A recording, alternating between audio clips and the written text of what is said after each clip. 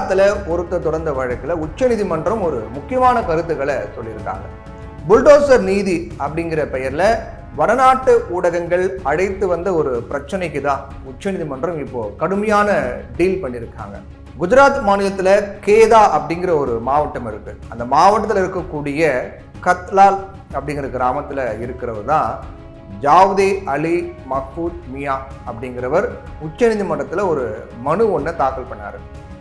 என்னுடைய குடும்பத்தில் இருக்கக்கூடிய ஒருவருடைய பெயரில் கிரிமினல் வழக்கு பதிவு செய்யப்பட்டிருக்கிறதாகவும், அதனால கிராமத்தில் இருக்கக்கூடிய தனது வீட்டை இடிக்க மாவட்ட நிர்வாக அதிகாரிகள் நோட்டீஸ் அனுப்பியிருப்பதாகவும் அவர் தன்னுடைய மனுவில் குறிப்பிட்டிருந்தார். இதற்கு உரிய நிவாரணம் அளிக்கணும் அப்படின்னும் ஜாவேத் அலி கோரிக்கை விடுத்திருந்தார். இந்த மனுவை நீதியரசர்கள் ரிஷிகேஷ் ராய், சுதன்சு ஜூலியா, எஸ்பிஎன் பாட்டி ஆகியோர் அடங்கிய அமர்வு விசாரிக்கிறாங்க. அப்புறம் ஜாவேத் அலி வீட்டை இடிக்க தடை விதிக்கிறாங்க. புல்டோசர் நீதிக்கு எதிராக கடுமையான கருத்துக்களையும் நீதிபதிகள் தெரிவிக்கிறாங்க. குடும்பத்தில் ஒருத்தர் மீது கிரிமினல் வழக்கு இருப்பதாலேயே அவர் கட்டியிருக்கக்கூடிய வீட்டின் மீதும் புல்டோசரை ஏற்றி இடிப்பது அப்படிங்கிறது சட்டத்தின் மீதே புல்டோசரை வைத்து இடிப்பதற்கு சமம். குடும்பத்தில் ஒருத்தர் மேலே கேஸ் இருக்கு அப்படிங்கிறதுக்காக ஒரு வீட்டையே இடிக்க முடியுமா? நீங்கள் வீட்டை இடிக்கிறீங்க அப்படின்னா அது சட்டத்தினை இடிப்பதற்கு சமம் அப்படின்னு நீதிபதிகள் கடுமையான கண்டனங்களை பதிவு பண்ணாங்க. குற்றவாளியே என்று சொல்லப்பட்டாலும் கூட, அவர் குற்றவாளி தான், தப்பு தான் பண்ணியிருக்காரு அப்படின்னு சொன்னாலும் கூட, நம்முடைய நாட்டில் ஒருத்தருடைய வீட்டை இடிப்பது அப்படிங்கிறது சட்டத்தில் ஏற்கவே முடியாத ஒன்று, சட்டத்தால் ஏற்கவே முடியாத ஒன்று, சட்டத்தில் அப்படி ஒன்று கிடையவே கிடையாது அப்படின்னும் நீதிபதிகள் குறிப்பிட்டாங்க. இது என்ன புது நடைமுறையாக இருக்குது? குடும்பத்தில் ஒருத்தர் தப்பு பண்ணுறாருன்னா அந்த தப்புக்கான தண்டனை என்ன, அந்த தவறுக்காக சட்டம் என்ன சொல்லுகிறது, அதை பற்றி தான் நம்ம நடக்கணும். அதை விட்டு தப்பு பண்ணிட்டார் அப்படிங்கிறதுக்கு வீட்டு இடிக்கு நோட்டீஸ் அனுப்புறீங்களே, இது எவ்வளோ கேவலமான ஒரு செயல் இது அப்படின்னு நீதிபதிகள் கடுமையான கண்டனங்களை தெரிவித்தாங்க. சட்டத்திலே அப்படி கிடையாது. சட்டமே இது ஏற்றுக்கொள்ள முடியாத ஒரு நூதன முறையான தண்டனையாக இருக்கு. ஒரு குடும்பத்தில் 5 பேர் 6 பேர் இருப்பாங்க. ஒருவர் தவறானவராக இருந்தால் அது மற்ற 4 பேரும் 5 பேரும் வசிக்கக்கூடிய ஒரு வீட்டை எப்படி இடிக்க முடியும்? அது என்ன கதை, என்ன கணக்கு அது அப்படின்னு புரியலையே அப்படிங்கிற மாதிரி நீதிபதிகள்லாம் எதிர்ப்பு தெரிவித்தாங்க.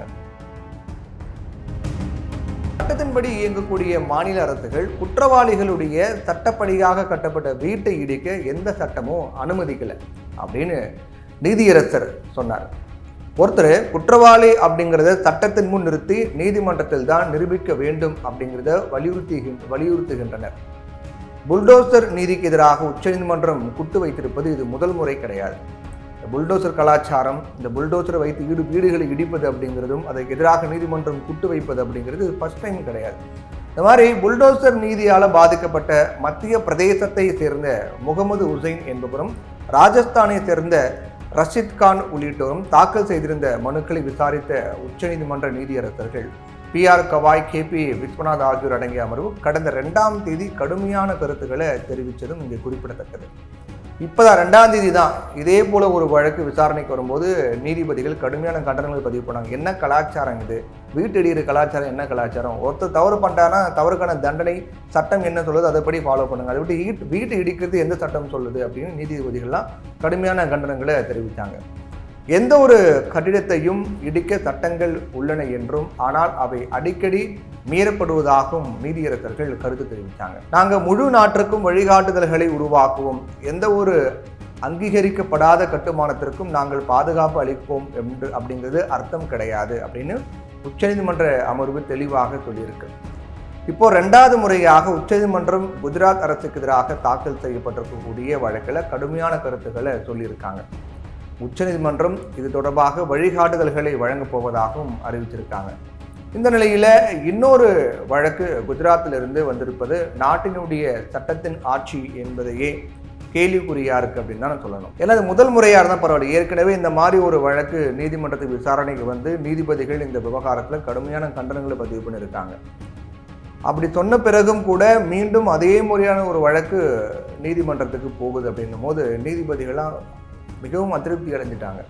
இப்போ தானே இந்த விவகாரத்தில் நாங்கள் சொன்னோம் அது சட்டமே கிடையாது, இடிக்கக்கூடாது அப்படின்னு.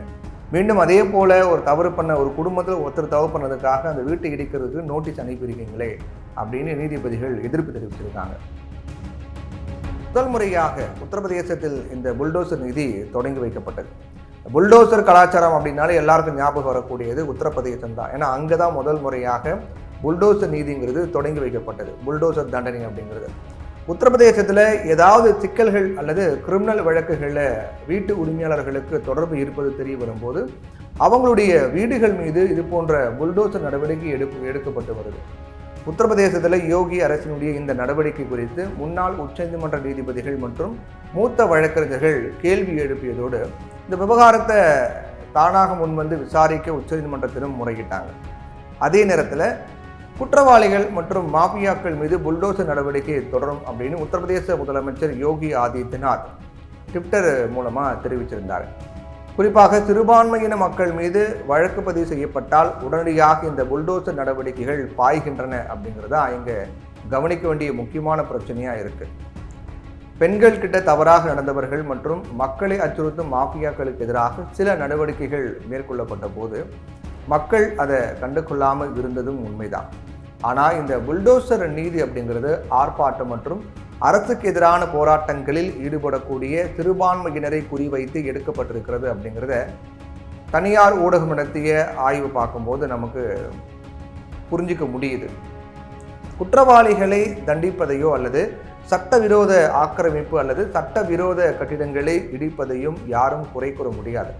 குற்றம் பண்ணாருன்னா குற்றவாளி தண்டிங்க, சட்டவிரோதமாக கட்டிடங்கள் கட்டப்பட்டிருக்கு அப்படின்னா அந்த பில்டிங்கை இடிங்க, அதை யாரும் குறை சொல்லலை.